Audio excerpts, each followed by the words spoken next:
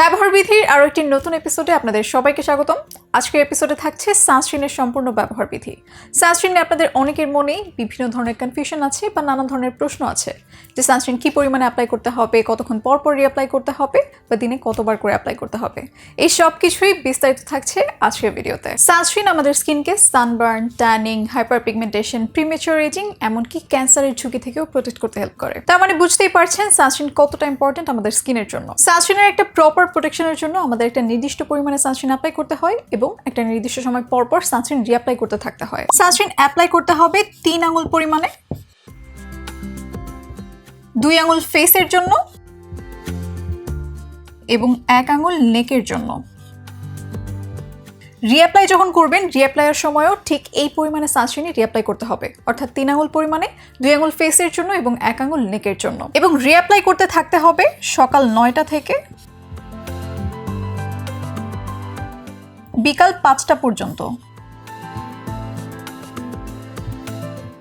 সকাল 9টা থেকে বিকাল 5টা পর্যন্ত সানস্ক্রিন রিঅ্যাপ্লাই করতে থাকতে হবে। অর্থাৎ আপনি প্রথমবার যে সানস্ক্রিন অ্যাপ্লাই করবেন সেটা আপনি সকাল 9টায় অ্যাপ্লাই করতে পারেন, অথবা এর আগেও করতে পারেন চাইলে, যদি আপনার আগে বাইরে বের হতে হয়। তবে সকাল 9টা থেকে আমাদের ফেসে সানস্ক্রিন থাকতে হবে।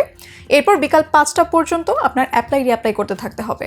আপনি যদি বাসার বাইরে থাকেন, অর্থাৎ ডিরেক্ট সান এক্সপোজারে থাকেন, তাহলে প্রতি 2 থেকে 3 ঘন্টা পর পর সানস্ক্রিন রিঅ্যাপ্লাই করতে হবে। এটা যদি বাসার বাইরে থাকেন তাহলে। আর আপনি যদি বাসায় থাকেন তাহলে প্রতি 3 থেকে 4 ঘন্টা পর পর সানস্ক্রিন রিঅ্যাপ্লাই করতে হবে। তবে আপনার বাসায় যদি একদমই সূর্যের আলো না যায়, সেক্ষেত্রে দিনে একবার সানস্ক্রিন অ্যাপ্লাই করে যথেষ্ট। এবার বলে দেই সানস্ক্রিন অ্যাপ্লাই করবেন কিভাবে। সকালে ক্লেন্সার দিয়ে ফেস ওয়াশ করে আপনার অন্যান্য যে স্কিন কেয়ার প্রোডাক্ট আছে, যেমন টোনার, এসেন্স, অ্যাম্পুল, সেরাম এবং ময়শ্চারাইজার, এই সব কিছু অ্যাপ্লাই করে নেবেন এবং লাস্ট স্টেপে সানস্ক্রিন রাখবেন। অর্থাৎ ক্লেন্সার এবং সানস্ক্রিনের মাঝখানে আপনি আপনার রুটিনের অন্যান্য সব স্কিন কেয়ার প্রোডাক্ট ব্যবহার করে ফেলবেন। আপনি যদি রুটিনে শুধুমাত্র বেসিক স্কিন কেয়ার প্রোডাক্ট ব্যবহার করে থাকেন, অর্থাৎ ক্লেন্সার, ময়শ্চারাইজার এবং সানস্ক্রিন, সেক্ষেত্রে ক্লেন্সার দিয়ে ফেস ওয়াশ করে মুখ মুছে ময়শ্চারাইজার অ্যাপ্লাই করে নেবেন। ময়শ্চারাইজার ফেসে ভালো মতো অ্যাবজর্ব হওয়ার জন্য 4 থেকে 5 মিনিট ওয়েট করবেন এবং এরপর সানস্ক্রিন ব্যবহার করে নেবেন। অনেকের একটা কমন প্রশ্ন থাকে যে সানস্ক্রিন রিঅ্যাপ্লাই করার আগে ক্লেন্সার দিয়ে ফেস ওয়াশ করে নিতে হবে কিনা বা ময়শ্চারাইজার ব্যবহার করে নিতে হবে কিনা। ক্লেন্সার এবং ময়শ্চারাইজার মর্নিং স্কিন কেয়ার রুটিনে একবারই ব্যবহার করবেন, সারাদিনে আর ব্যবহার করতে হবে না। এরপর যতবারই আপনি সানস্ক্রিন রিঅ্যাপ্লাই করবেন ততবারই শুধুমাত্র পানি দিয়ে মুখ ধুয়ে একদম ডিরেক্টলি সানস্ক্রিন অ্যাপ্লাই করে ফেলতে পারবেন। আর পানি দিয়ে যদি মুখ ধুতে না পারেন, আপনি যদি বাইরে থাকেন, হ্যাসেল মনে হতে পারে পানি দিয়ে মুখ ধোয়া, সেক্ষেত্রে আপনি স্প্রে বটল ক্যারি করতে পারেন। ফেসে একটু পানি স্প্রে করে একটা কটন প্যাড দিয়ে সোয়াইপ করে ডিরেক্টলি সানস্ক্রিন অ্যাপ্লাই করে ফেলতে পারেন। একবারে রাতে বাসায় ফিরে যখন আপনি আপনার ইভিনিং স্কিন কেয়ার রুটিনটা করবেন, তখনই আবারও ক্লেন্সার এবং ময়শ্চারাইজার ব্যবহার করবেন। অর্থাৎ সারাদিনে মাত্র 2বার আপনি ক্লেন্সার এবং ময়শ্চারাইজার ব্যবহার করবেন।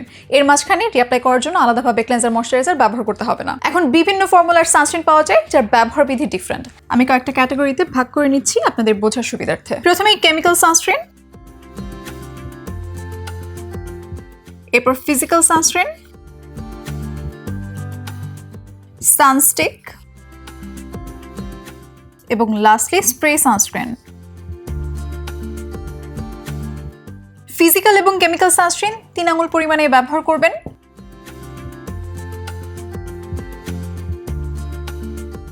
কেমিক্যাল সানস্ক্রিনে যেহেতু হোয়াইট কাস্ট দেয় না বা ফেসে খুবই সিমলেসলি বেন্ড হয়ে যায়, এটা আপনি একবারই 3 আঙ্গুল পরিমাণে নিয়ে ব্যবহার করতে পারেন। অর্থাৎ 2 আঙ্গুল পরিমাণে ফেসের জন্য এবং 1 আঙ্গুল পরিমাণে নেকের জন্য। প্রথমে আপনি 2 আঙ্গুল পরিমাণে নিয়ে পুরো ফেসে একবারই ব্লেন্ড করে ফেলতে পারেন।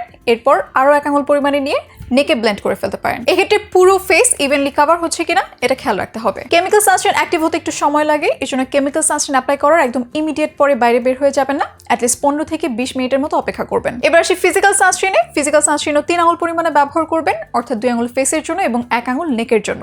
কিন্তু ফিজিক্যাল সানস্ক্রিনে হোয়াইট কাস্টের একটা বিষয় থেকে যায়। এক্ষেত্রে আপনি 3 আঙ্গুল পরিমাণে একবার অ্যাপ্লাই না করে অল্প অল্প করে অ্যাপ্লাই এবং ব্লেন্ড করতে পারেন। প্রথমে 1 আঙ্গুল পরিমাণে নিয়ে নেবেন, সেটা পুরো ফেসে অ্যাপ্লাই করবেন। করবেন, ভালোমতো ব্লেন্ড করবেন সময় নিয়ে, এরপর আরও 1 আঙুল পরিমাণে নিয়ে আবারও একইভাবে পুরো ফেসে ব্লেন্ড করবেন সময় মতো, এরপর আরও 1 আঙুল পরিমাণে নিয়ে পুরো নেকে ব্লেন্ড করে ফেলতে পারেন। ফিজিক্যাল সানস্ক্রিনগুলো এভাবে অল্প অল্প করে সময় নিয়ে ব্লেন্ড করলে হোয়াইট কাস্ট মিনিমাইজ করতে পারবেন। ফিজিক্যাল সানস্ক্রিনগুলো সেনসিটিভ এবং একনি প্রোন স্কিনের জন্য খুবই ভালো অপশন। আর ফিজিক্যাল সানস্ক্রিনগুলো অ্যাপ্লাই করার সাথে সাথে আপনি বাইরে চলে যেতে পারবেন, কারণ ফিজিক্যাল সানস্ক্রিন অ্যাপ্লাই করার সাথে সাথে অ্যাক্টিভ হয়ে যায়, অর্থাৎ অ্যাপ্লাই করার সাথে সাথেই আমাদের প্রপার সান প্রোটেকশন দেওয়া স্টার্ট করে দেয়। এরপর আসি সানস্টিকে আসলে প্রপার পরিমাণটা বোঝা যায় না, যেহেতু এটা আপনি 3 আঙুল পরিমাণে নিতে পারছেন না। এক্ষেত্রে প্রপার সান প্রোটেকশনের জন্য ফেসের প্রত্যেকটা এরিয়াতে সানস্টিক 4 বার করে সোয়াইপ করবেন। ফেসে সানস্টিক 4 বার করে সোয়াইপ করে হাত দিয়ে প্যাট করে নেবেন অথবা ব্লেন্ড করে নেবেন, যাতে করে কোনো স্ট্রিক্স না থাকে অথবা ইভেনলি অ্যাপ্লাই করা হয়। এবার আসি স্প্রে সানস্ক্রিনের ক্ষেত্রে পরিমাণটা বোঝা একটু ডিফিকাল্ট, যেহেতু এটা স্প্রে বটলে থাকে বা স্প্রে ফর্মে থাকে। স্প্রে সানস্ক্রিনের ক্ষেত্রে